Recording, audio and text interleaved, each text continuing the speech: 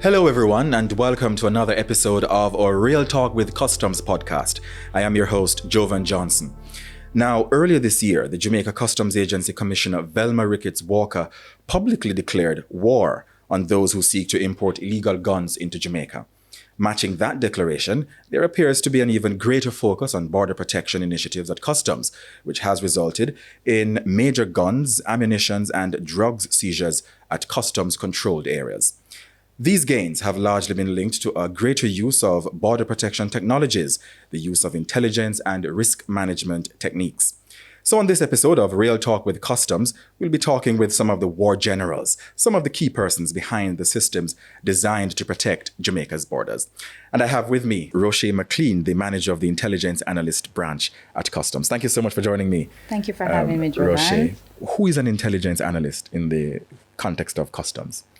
Okay, so the Intelligence Analyst Branch is the information hub of border protection, right? We receive everything. We have all that information. So the different drug seizures that you were talking about, all that data comes into the branch, and we analyze and process that information into what we call actionable information. So this information supports the operations of, for example, our contraband enforcement team.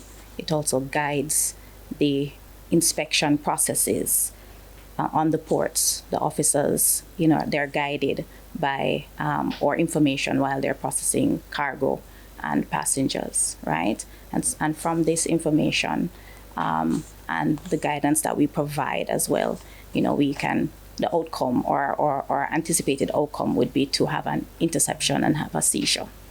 So we offer support to other agencies as well.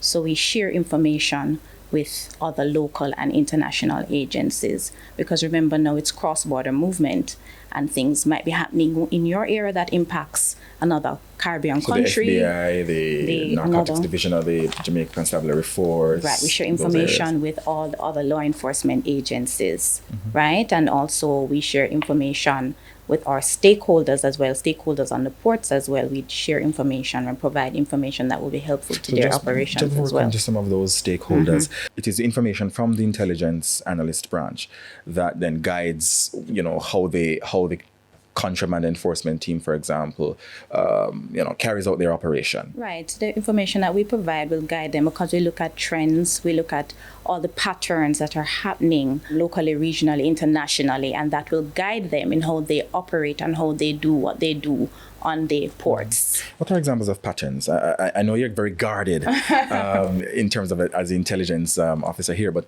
what are some of the patterns generally that you look at, the trends, the times of the year, the month? Things like that, yes. Certain kind of patterns. You might see something happening this time of the year, it's a busy season, or maybe it's a specific kind of commodity that it features in some of these seizures. So that is some things that we will look at. So you talk about trends as well. So you would pick out when something is sort of extraneous, an outlier. So if it is through the information that is fed to you from, I suppose, the different departments or divisions, that you say, wait, something is off here because this is what we're picking up. So you go and have a look. Right. We pick up a pattern that maybe, say, twice every year at a specific time, this event may happen. Right, and we will share that and feed that into the wider customs to say, hey, this is what you need to be looking out, for example, in the Christmas time or so. There's a lot of data mining. A lot of data mining, a lot of analytics, a lot of processing of information. So that is what we do. We do a lot of analysis.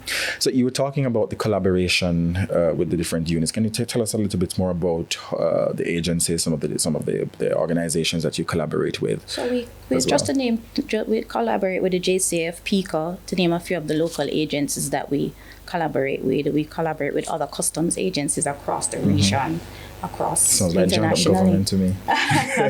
Right, we share information because that's how we're able to, pick up patterns. We have to share information. We have to collaborate in order to fight this cross-border movement, illicit movement of cross-border movement of illicit goods. So this is the only way to collaborate. So I mean, something could be happening in, for example, another Caribbean country that's just impacting Jamaica. It could be the same thing that's happening and we're unaware.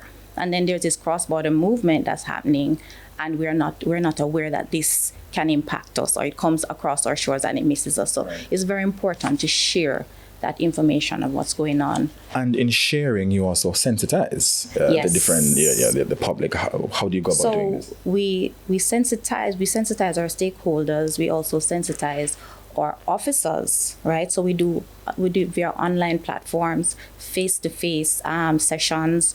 We also do one-on-one with office managers, supervisors in the warehouses, to tell them specifically what we're noticing in their space, right? So those are the officers.